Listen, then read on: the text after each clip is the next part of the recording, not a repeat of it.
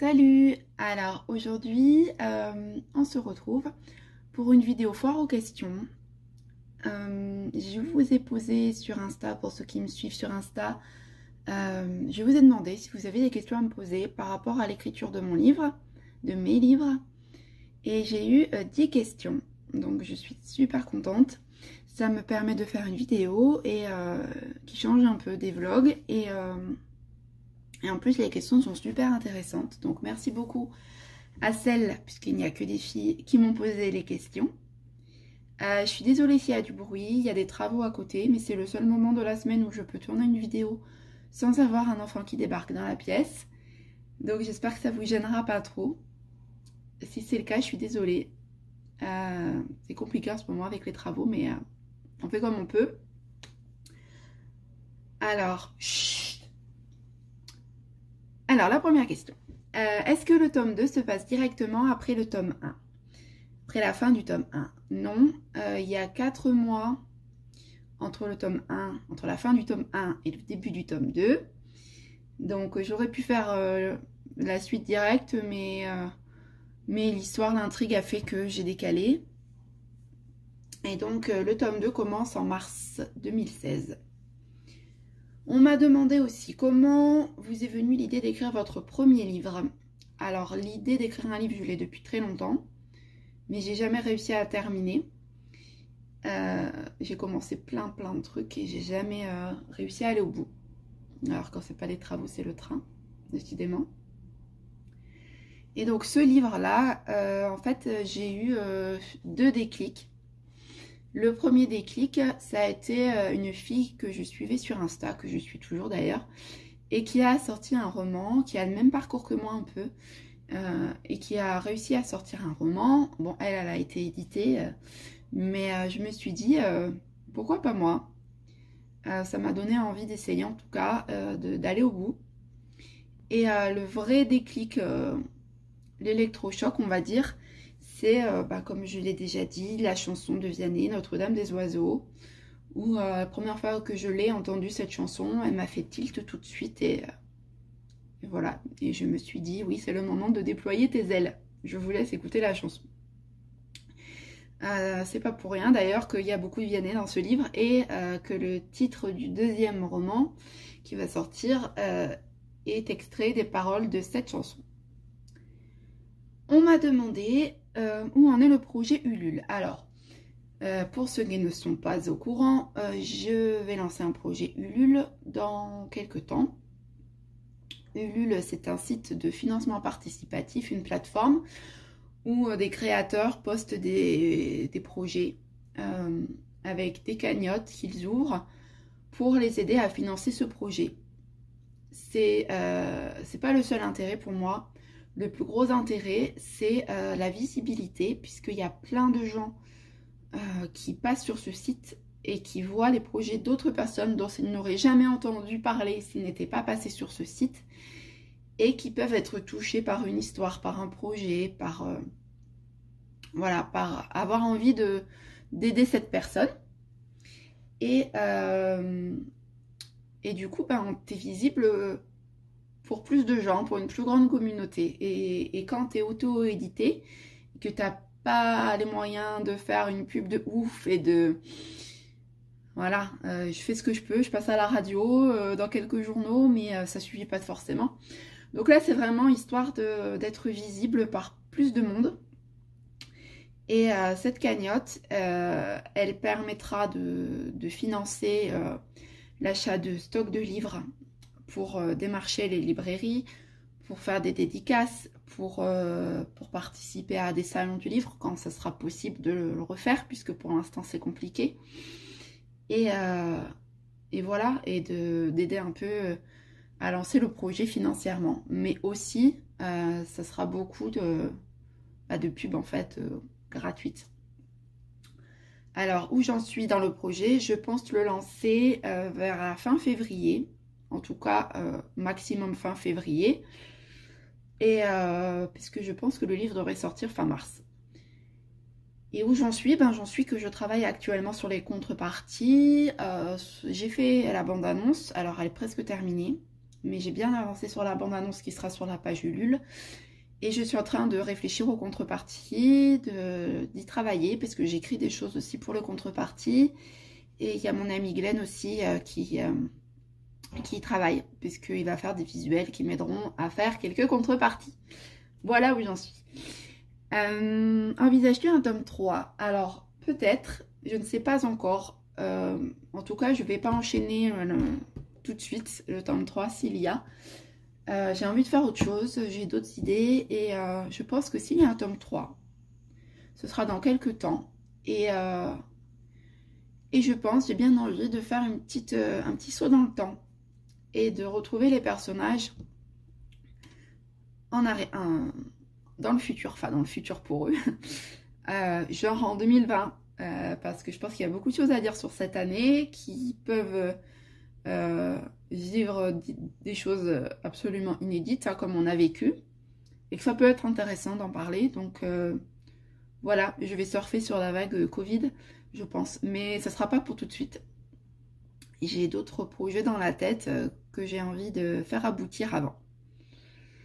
Pourquoi n'évoques-tu pas clairement le nom de la ville de Backstage? Alors, le Backstage et l'orage s'est envolé. Le tome 2 se passe à Montpellier. Montpellier, c'est une ville que j'adore. Si vous avez vu mon vlog de la semaine dernière, sinon allez le voir. Dans laquelle j'ai habité pendant plusieurs années, que j'ai eu beaucoup de mal à quitter et où je rêve de retourner vivre un jour. Et j'avais envie forcément d'y placer mon action. Alors je suis super contente, on m'a fait un super compliment il n'y a pas longtemps.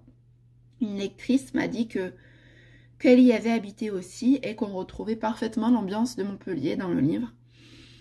Donc ça m'a fait trop plaisir. Et pourquoi je n'évoque pas? Ben, je me dis que comme ça, les gens ils peuvent imaginer la ville de leur choix.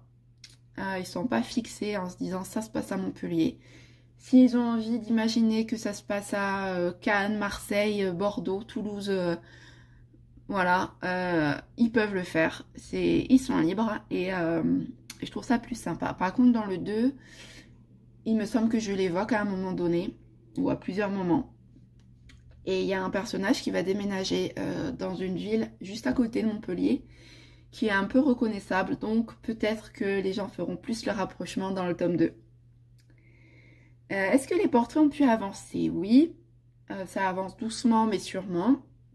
Et vous aurez, normalement cette vidéo jeudi 14, vous aurez un nouveau portrait vendredi, donc demain, le 15, ce sera celui d'Elodie. Et donc je vous donne rendez-vous sur Facebook et sur Instagram, puisque c'est là-bas que je publie les dessins. Comment t'organises-tu pour écrire et comment concilies-tu vie pro et vie perso? Alors, je rejoins ces deux questions puisqu'elles se ressemblent. Je m'organise quand je peux. Je travaille les après-midi.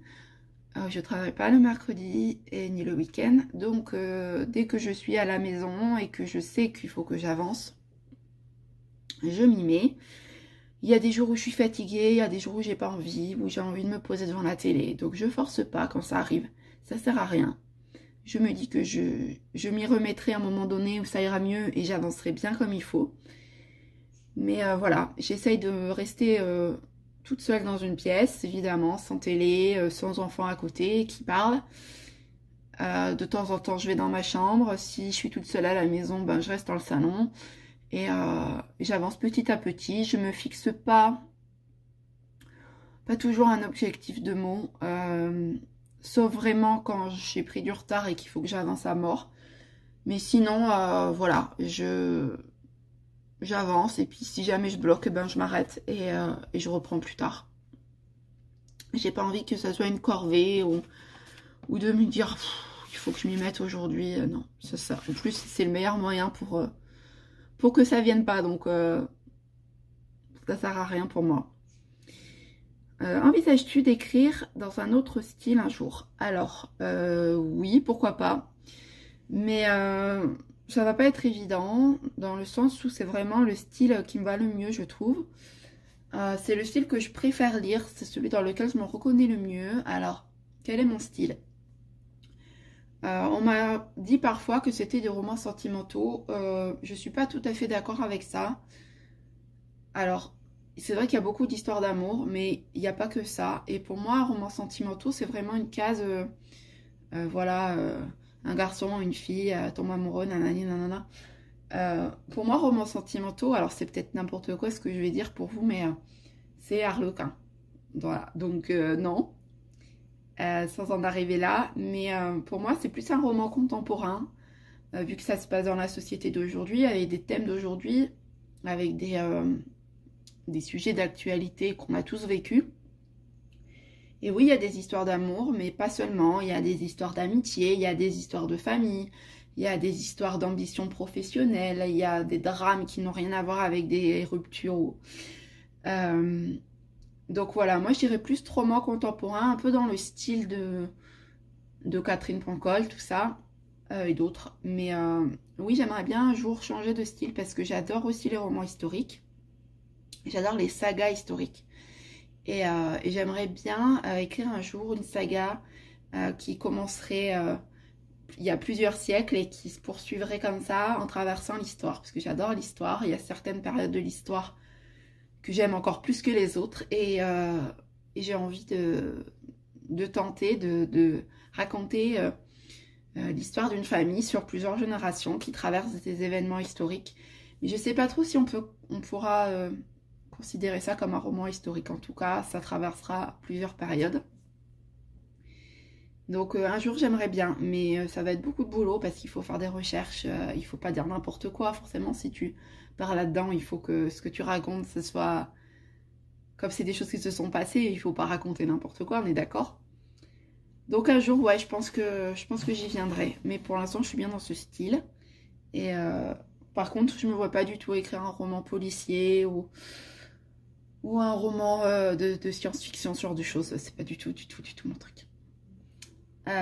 Ensuite, la dernière question m'a demandé comment te viennent tes idées de romans. Alors, mes idées de romans me viennent dans ma vie, enfin dans ce que j'ai vécu dans ma vie, mes expériences, dans la vie des autres, ce qu'ils peuvent m'en raconter, mes proches, dans tous les sujets d'actualité qui me marquent, qui me touchent, des thèmes comme pour le premier tome, l'homophobie, la maladie, le terrorisme, tous ces trucs qui me bouleversent, qui me choquent, qui m'interrogent et dont j'ai envie de parler, voilà. Alors au début d'un roman, j'en ai pas écrit 50 encore, mais j'ai pas forcément la trame totale, complète jusqu'au bout. En général, j'ai le début et puis au fur et à mesure, j'avance et j'ai les idées qui me viennent. Donc, ouais, j'ai pas de... Je sais à peu près comment ça va se terminer, mais entre les deux, j'ai pas le déroulé précis de chaque histoire de personnage. Mais j'essaye toujours de parler de choses que je connais, en fait. Donc, que ce soit moi ou de choses dont on m'a parlé. Je trouve que pour faire ressentir les émotions, les sentiments du personnage, il faut les avoir ressentis soi-même pour pouvoir les décrire exactement comme il faut. Donc voilà, en tout cas pour les 2 romans que j'ai écrits, c'est comme ça que j'ai fait. Pour le prochain que je veux écrire, j'ai déjà l'idée de base. Là c'est quelque chose que je n'ai pas vécu. Alors je pense qu'il y aura forcément quelque chose dans le personnage qui me ressemblera. Mais en tout cas, ce que ce personnage aura vécu, je ne l'ai pas vécu et je ne le vivrai probablement jamais. En tout cas, j'espère. Pour tout vous dire, c'est un personnage, c'est une histoire qui m'est venue à la fin du tome 2. Un personnage qui arrive dans l'histoire, qui n'est pas un personnage principal, dont je parle vraiment de manière très succincte à la fin du 2. Et je me suis dit, en l'écrivant, tiens, j'aimerais bien poursuivre son histoire, raconter ce qui s'est passé avant qu'elle arrive dans le tome 2, et qui a fait qu'elle en est arrivée là. Donc voilà, je vous dis ça maintenant, peut-être que dans 3 mois je vous dirai j'ai abandonné l'idée, ça ne marche pas du tout.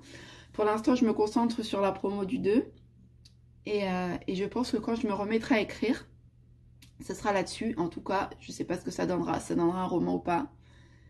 Si je les laisserai pas tomber parce que je me dirais ça ressemble à rien. Mais en tout cas, c'est l'envie que j'ai. Au jour d'aujourd'hui, ça ne se dit pas du tout au jour d'aujourd'hui, pardon. Le 13 janvier 2021 à 11h10. Notez-le bien. Voilà, donc j'ai terminé mes questions. Je suis encore tellement désolée pour le bruit. J'espère que ça ne vous a pas trop dérangé.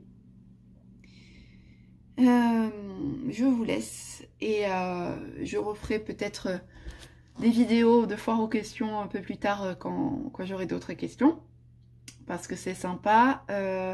Si vous ne me suivez pas, si vous voyez cette vidéo depuis YouTube et que vous ne me suivez pas sur les réseaux, vous avez les adresses de mes pages Facebook et Instagram en barre d'infos, ainsi que l'adresse de mon site qui est toujours en construction.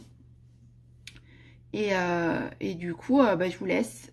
Je vais chercher mon fils à l'école. Je vous dis à bientôt pour une vidéo. Je ne sais pas encore quand. J'espère refaire un vlog bientôt, mais quand j'aurai des choses intéressantes à vous raconter en fait. Bref, je vous dis à plus. Restez bien connectés pour la suite et je vous embrasse. Salut!